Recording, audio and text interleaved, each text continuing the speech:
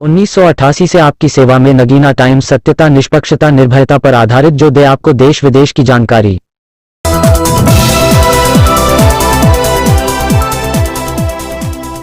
Slug Bijnor जिले में केले की खेती से किसान खुश।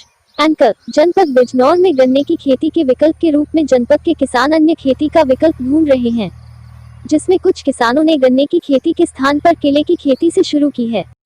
गन्ने की खेती से अब किसान परेशानी महसूस होने लगा है। समय पर गन्ने का भुगतान किसानों को नहीं मिलता, ये उनकी समस्या बनता जा रहा है। इसीलिए विकल्प के रूप में अन्य फसलों का चयन किसान करता जा रहा है।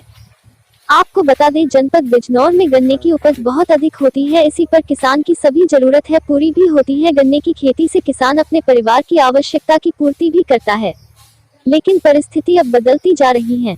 गन्ने के भुगतान को लेकर चीनी मिलों द्वारा समय से नहीं किया जा रहा है। कई बार किसानों ने धरने प्रदर्शन भी किए हैं। इस परिस्थिति में किसानों ने हताश होकर फसल चक्र को अपनाते हुए गन्ने की उपज को कम करने की ठान ली। ग्राम जलालपुर के कर्मवीर सिंह ने बताया कि गन्ने के विकल्प के रूप में अन्य फसलों की मार्केटिंग अच्छी है, जल्दी भुगतान मिलता है, ऐसी फसल का चयन और अधिक लाभ मिले, गन्ना कम करना पड़े, किसी विकल्प के रूप में केले की खेती शुरू की है। उनकी माने तो 1 बीघा जमीन में गन्ने की पैदावार लगभग 60 या 70 कुंतल, जिसकी कीमत 18 से 20 हजार रुपए तक बनती है, जबकि केले की खेती में 1 बीघ लगभग 80 या 85 हजार के लगभग उत्पादन लाभ लिया जा सकता है। 1 बाइट कर्मवीर सिंह किसान। 2 बाइट वैज्ञानिक विज्ञान केंद्र नगीना। बिजनौर से सजिद हुसैन की रिपोर्ट। जनपद बिजनौर के किसान गन्ने की पैदावारी होती है यहाँ पर।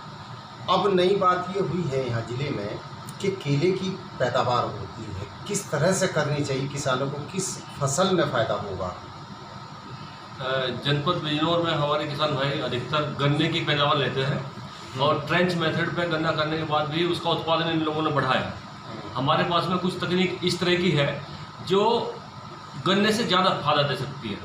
जैसे बागवानी के अंतर्गत हम केले की खेती की बात करें, किसानों का रुझान भी हमारे केले की तरफ हुआ है। कुछ किसानों ने लगभग हमारे जनपद में ये मान लीजिएगा आप लगभग 800-900 हेक्टेयर में गन्ने की पैदावार की जा रही है वर्तमान में। वो भी एक अच्छी फसल है, हमारे गन्ने से ज़्यादा उत्पादन देने वाली।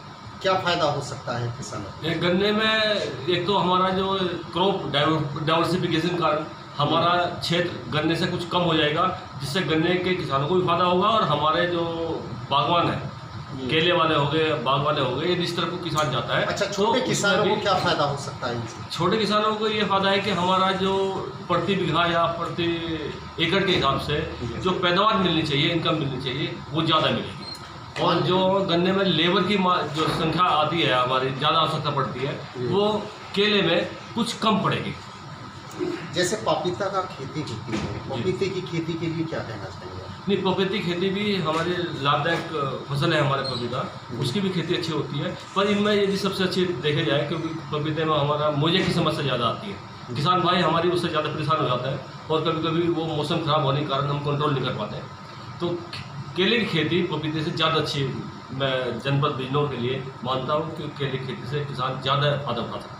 केले की खेती के लिए किसान क्या करें जो पैदावार अच्छी हो, और क्या क्या फ़ायदे होते हैं, और क्या उसके बचाव के लिए क्या करें? तो केले की खेती के लिए सबसे पहले तो हमें ज़मीन का, जहाँ हमें लगाना है उस खेत का चुनाव करना चाहिए, जिस खेत की बलुई दोमट मिट्टी होगी, पानी के निकास की व्यवस्था अच्छी होगी, उस जगह का हम चुनाव करें।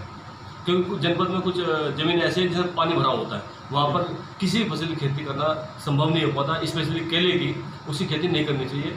जल निकास वाली भूमि में ही केले की खेती करें और केले को डबल रो सिस्टम में लगाएं। जो हमारा प्रचलन है वो सिंगल रो का है।